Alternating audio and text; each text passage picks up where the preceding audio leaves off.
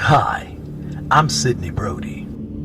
It is my contention that black on black homicides in Durham and across the nation has never garnered the momentum and attention it deserves. Perhaps such attention would open the wounds of America's greatest shame in ways never before seen. And let's be very clear.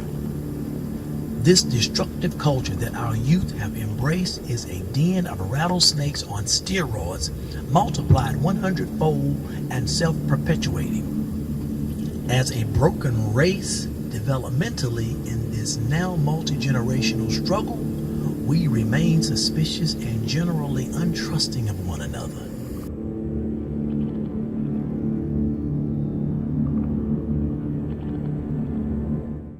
My son was shot on Queen Street, March the 25th of 1997. I was at work when it happened, so I got a call from my daughter to tell me that her brother had been shot, and for me not to get upset. So I go to the hospital and I found out that my son had been shot in the head, but he was still alive. And unfortunately, he didn't survive, but I got to be with him for, I'm sorry, the 18 hours that he lived before he passed away. The quilt had about 12 to 15 names that I knew, and a lot of them were like friends of my son. My son was murdered on February the 19th, 1994. He was on his way home from his work out at the Sheraton hotel. He worked there, and he was coming home and had gone to off of Club Boulevard. He was taking somebody home. So I was told, I have no idea, but he was carrying somebody home, and when he came out, there was a group of boys that stopped him, and I understand at the trial that they said, "What are you doing here?" And he said, "Nothing." And they said, "Nothing?"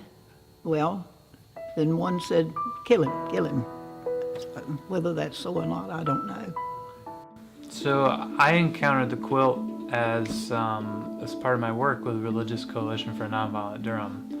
I took over as director of that organization beginning of 2017, and ran into the quilt at one of our vigils.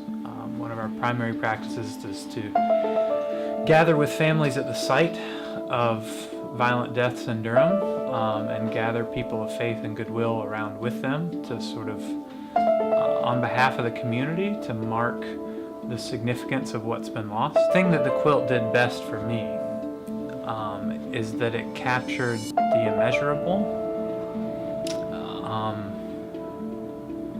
We try and always say, when we're talking about an individual death,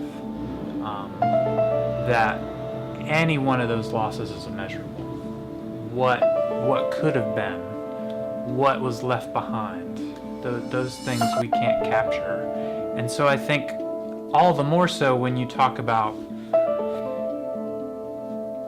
homicides in a year, right? How many folks we lost in Durham in a year, that just gets to feel all the more immeasurable.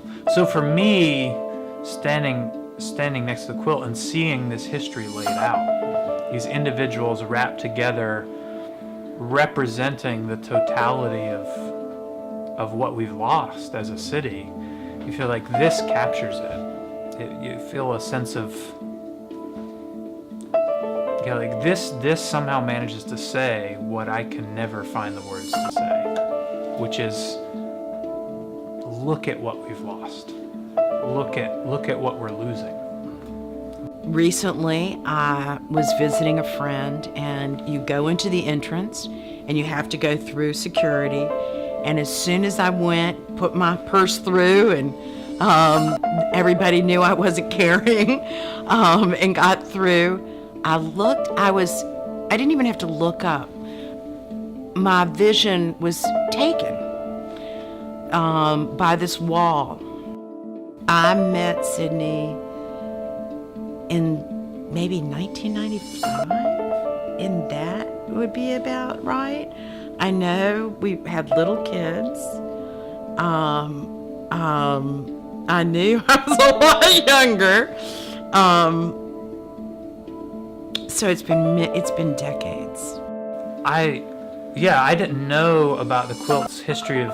It seems that the quilt and the coalition have overlapped many, many times. But so my first time was first time meeting Sydney and his brother, and it was first time seeing the quilt, and it was not surprising to me at all, as someone who's been a musician, who's studied music, that a musician came up with this.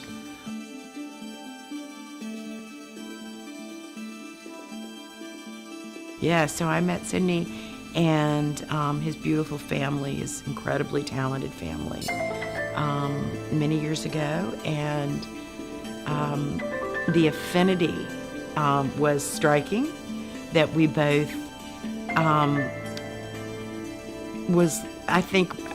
we both were touched in the same way, and we both were seeking to respond ethically and morally and spiritually to the injustice of violence in our community.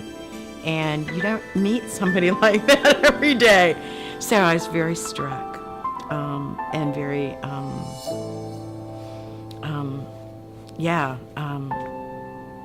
there was a bond that will never be broken.